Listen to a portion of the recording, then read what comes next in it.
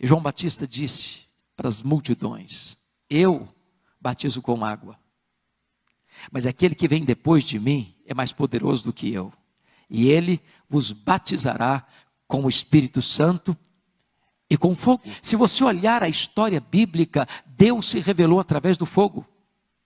Foi assim lá na sarça ardente, no Monte Sinai. Foi assim lá no Monte Carmelo, com o profeta Elias. O fogo de Deus veio, consumiu o holocausto. Foi assim quando Salomão estava consagrando o templo. A presença de Deus veio como fogo. A Bíblia diz, e as Escrituras nos informam, que o trono de Deus é fogo, que Deus é fogo, que a palavra de Deus é fogo, que Ele faz os seus ministros labaredas de fogo. E agora o Espírito Santo vem como línguas, como de fogo, porque Jesus veio e a promessa de que Ele viria e batizaria com o Espírito Santo e com fogo.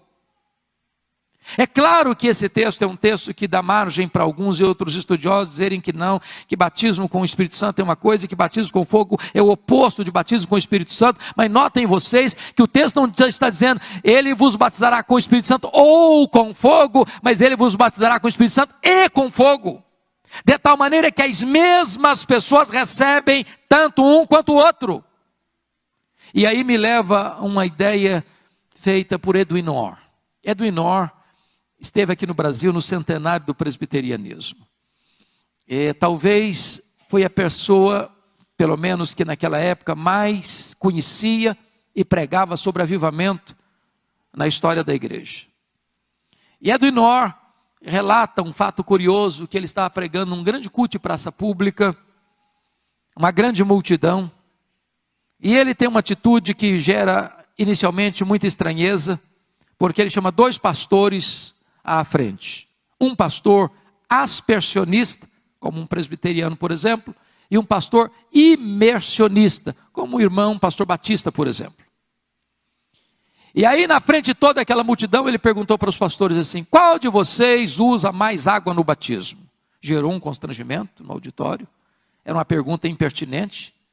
Era uma pergunta que gerava uma espécie de constrangimento público para aqueles dois ministros do Evangelho. E antes que o desconforto pudesse ser gerado, ele respondeu: não importa a quantidade de água que vocês usam no batismo, a língua continua seca. Nós precisamos de um batismo de fogo, porque só o fogo pode entrar para as suas entranhas e purificar você. Quando você trata do batismo com fogo, você está pensando em quatro coisas. Primeiro, o fogo ilumina. Segundo, o fogo aquece. Terceiro, o fogo purifica. Quarto, o fogo alastra. Nós precisamos deste revestimento e deste poder. Deste poder.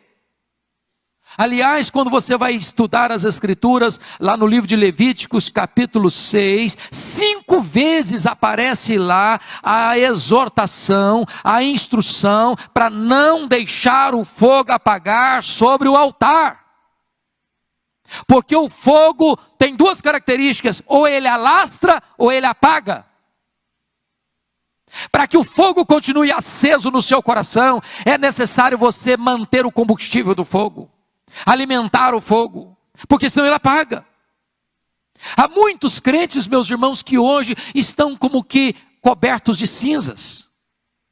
Houve um tempo na sua vida que houve fogo, houve um tempo na sua vida que houve fervor, houve um tempo na sua vida em que havia amor por Jesus, alegria na presença de Deus, delícia na oração, prazer no louvor, paixão pelo Evangelho, alegria em falar de Jesus Cristo. Esta chama foi apagando, foi ficando uma chama bruxuleante, e de repente esse fogo apagou, e essas brasas se tornaram um carvão cheio de cinzas e coberto de cinzas.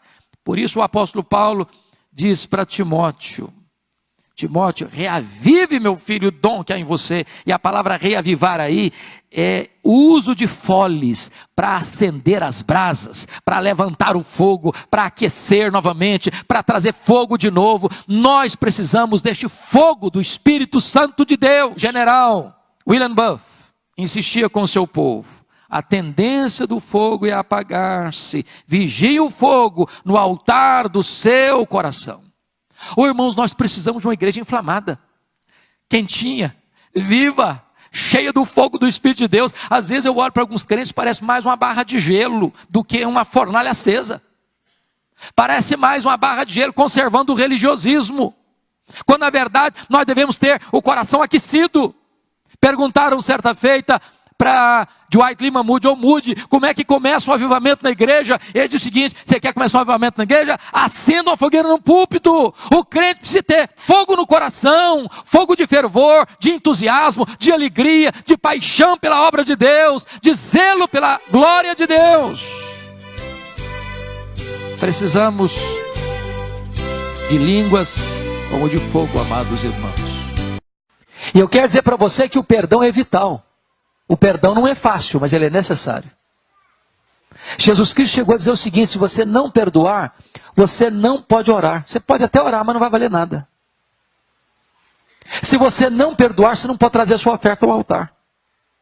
Se você não perdoar, você não pode adorar a Deus. Se você não perdoar, você não pode ser perdoado. Se você não perdoar, você adoece fisicamente, emocionalmente, espiritualmente. Se você não perdoar, você entrega aos verdugos da consciência, aos flageladores da alma, você não tem paz. Mas o perdão, gente, é uma questão de bom senso, sabia? De bom senso. Sabe por que de bom senso? Porque guardar mágoa no coração é autofagia. Autofagia, autodestruição. É a mesma coisa você beber um copo de veneno pensando que o outro é quem vai morrer. Quando você guarda mágoa no coração, você acaba convivendo com a pessoa que você menos gostaria de conviver na vida 24 horas por dia. Essa pessoa domina você, ela controla a sua mente, ela controla as suas emoções.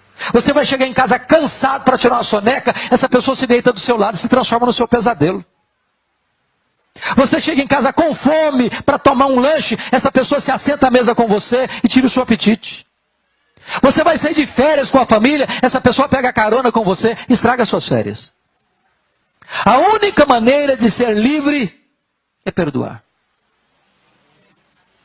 O perdão não é fácil não, mas ele é necessário. O perdão cura, o perdão liberta, o perdão restaura, o perdão é a asepsia da alma, o perdão é a faxina da mente, o perdão é a alforria do coração. Perdoar é lembrar sem sentir dor. Mas eu só fui entender perdão no dia que eu entendi uma parábola que Jesus contou. A parábola do credor incompassivo. Jesus contou que o rei acertava conta com seus súditos e encontrou um servo que lhe devia 10.000 talentos. Não tendo com que pagar o rei mandou vender sua mulher, seus filhos. O homem pediu misericórdia para o rei: tem paciência comigo e tudo eu te pagarei. O rei perdoa a ele a dívida de 10.000 talentos. Lá na frente, aquele camarada encontrou um outro indivíduo que lhe devia também 100 denários. Não tendo com que lhe pagar, o homem pediu misericórdia. Ele disse: não tem paciência com você não. Agarrou o cidadão e disse: paga o que você me deve, senão jogo você na cadeia. O rei ficou sabendo disso, ficou muito irado, mandou chamar aquele homem lá e disse: servo malvado, eu perdoei a você 10.000 talentos e você não pôde perdoar o seu conservo 100 denários? Pois você vai ser entregue aos verdugos, aos flageladores, até que você pague o último centavo. E Jesus termina a parábola dizendo assim: assim vosso Pai Celeste vos fará, se do íntimo não perdoardes uns aos outros. A parábola terminou e eu não entendi quase nada. Quase nada. Sabe por que eu não entendi quase nada? Eu não sei quanto vale 10.000 talentos. Também não sei quanto vale 100 denários. Ficou dito pelo não dito. Jesus está usando uma moeda que eu não conheço. Na verdade, Jesus não contou aqui apenas uma parábola, Jesus contou aqui uma hipérbole, um exagero. Nenhum judeu podia dever 10.000 talentos no primeiro século, nenhum judeu. Sabe quanto vale 10.000 talentos? Um talento são 35 quilos de ouro. 10.000 talentos são 350 mil quilos de ouro. Para você ter uma ideia, todos os impostos da Galileia, Pérea, Judeia, Samaria, durante um ano, eram 800 talentos. 10.000 talentos eram todos os impostos da nação durante 13 anos. Naquela época, o salário de um trabalhador era 1 denário por dia. Para um homem juntar 10 mil talentos, ganhando 1 denário por dia, ele teria que trabalhar ininterruptamente 150 mil anos. Quando aquele homem diz para o rei: tem paciência comigo que tudo eu te pagarei, está fazendo uma promessa que jamais poderia cumprir. Mas talvez você pergunte: mas eu não estou entendendo então. Por que que Jesus contou uma parábola com uma conta tão grande assim? Uma dívida tão imensa assim? Sabe por quê? Porque este é o tamanho da sua dívida e da minha dívida com Deus. A nossa dívida com Deus era impagável e Deus nos perdoou completamente. Louvado seja o seu nome.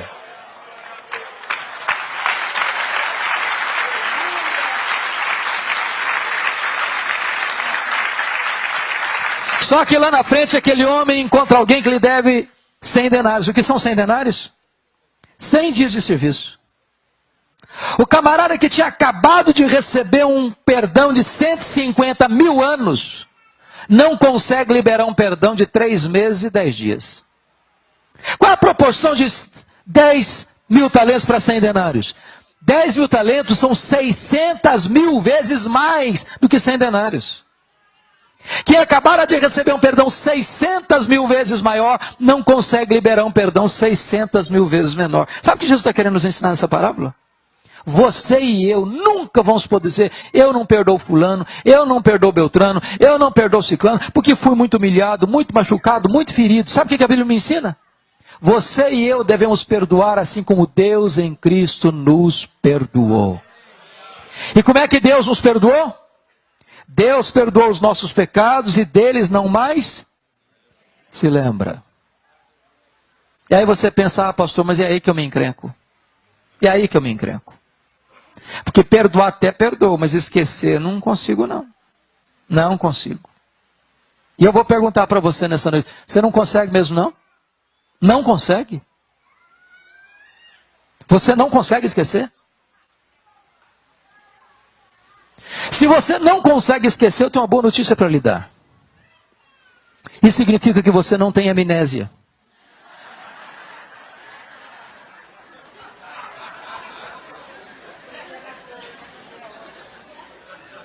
Eu quero dizer para você nessa noite que Deus também não tem amnésia. Quando a Bíblia diz que Deus perdoa e esquece, a Bíblia não está querendo dizer que Deus tem amnésia. Deus sabe tudo. Deus é onisciente. Deus não tem perda de memória. Mas então o que a Bíblia quer dizer que Deus perdoa e esquece? A Bíblia quer dizer que Deus nunca mais joga no seu rosto um pecado que Ele já perdoou.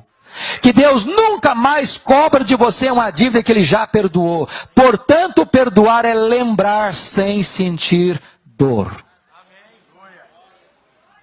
Então, gente, tende em vós o mesmo sentimento que houve também em Cristo Jesus. Porque Ele, sendo Deus, foi pregado naquela cruz. E mesmo sofrendo a mais alta injustiça lá da cruz, Ele ainda rogou e disse: Pai, perdoa-lhes, porque não sabem o que fazem. Talvez alguns de vocês vão precisar fazer uma viagem, fazer uma visita, mandar uma carta, mandar um e-mail, fazer um telefonema. Mas em nome de Jesus, não guarde mágoa. Porque se você guardar mágoa e tiver pendências nessa área na sua vida, as pessoas vão roubar a sua alegria.